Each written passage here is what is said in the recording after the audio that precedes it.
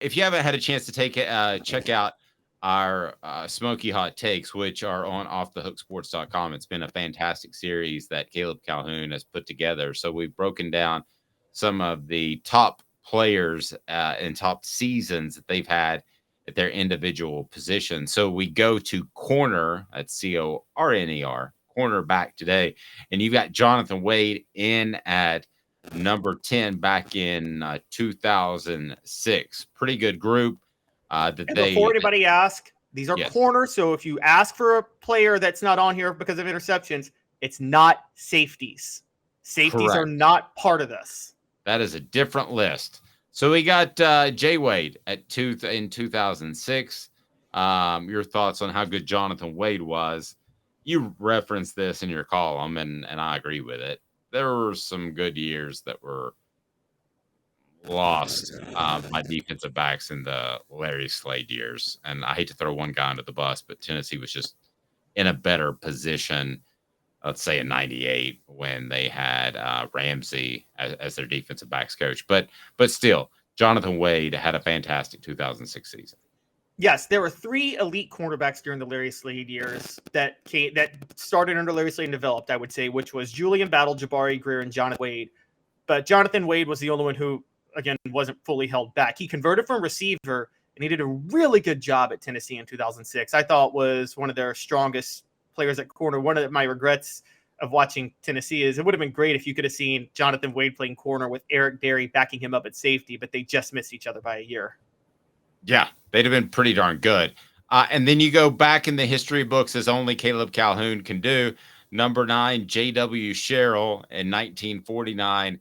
1968, Jim Weatherford.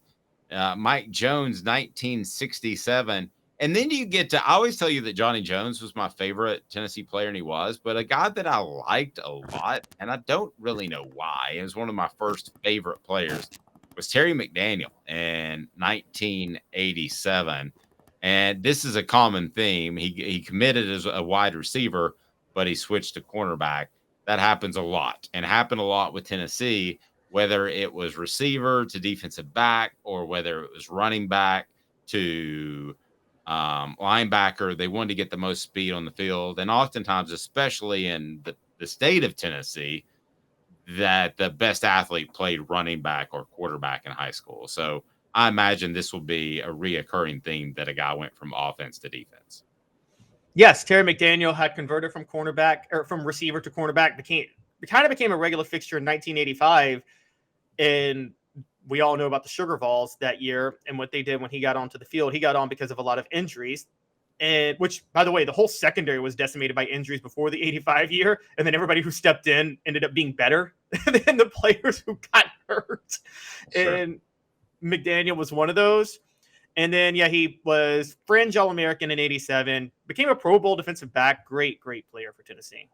Yep. Duron Jenkins, same thing, 1995. Maybe gets lost a little bit for those that think of the Dwayne Goodriches of the world. If you just want to talk about secondary players, not corners, but the Fred Whites of the world, the Deion Grants of the world, that run of just Julian Battle after that. Those great defensive backs they had. Duron Jenkins, when we were doing the Celebrate 98 series with Dwayne Goodrich, kind of got lost in that a little bit. But in 95, he was absolutely fantastic. He was. This is one of the things that's kind of forgotten is Tennessee. One of the reasons people wonder why Tennessee, after 95, couldn't take that next step when they still had Peyton Manning the next 2 years was because they lost some key guys on the offensive line and in the secondary. Duron Jenkins was one of those big losses in the secondary. Had a heck of a year in 95. Honestly, should have been an All-American. Leonard Little also should have been an All-American in 1995, but, it's a different story. Yep. Dwayne Goodrich at number 4 in 1998. Obviously, what he did in the national championship game against Peter Warrick was tremendous. But as a whole, he was absolutely a shutdown corner. And I think, obviously there was the issue once he got to Dallas with the terrible tragedy that happened on the side of the road. But if not, I think we're talking about him having an 8 to 10 year standout career at corner. I thought he was one of Tennessee's best corners and was one of Tennessee's probably top 5 or 6 key players in that 98 season. Absolutely. My brother pointed out to me the other day, I never thought about this, but the two most important players in that national title game were Midwesterners, Peerless Price from Ohio and Dwayne Goodrich from Illinois. Yep. But yeah, Dwayne Goodrich, he was actually good in 99, but I think he was better in 98. If you look at the numbers, he was more effective still in 98, but he was all, and we talk about the national title game, and that helped put him so high because, Dave, as you know, moments matter, but also just he played well throughout the year. So he was all SEC before he had won the defensive MVP of the 98 national title, and that puts him up there. Funny story that's on that Celebrate 98 series is he got a little banged up towards the end of that national championship game. And in jest, Philip Fulmer said, well, I guess I got you back for another year, because he had the option to go pro after that year. And Dwayne Goodrich said at one point, no, I'm gone.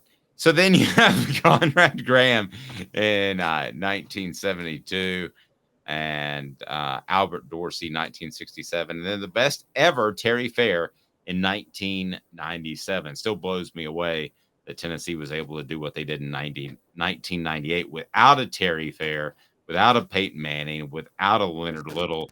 They didn't just lose Peyton Manning. They lost a lot, and Terry Fair was right up there.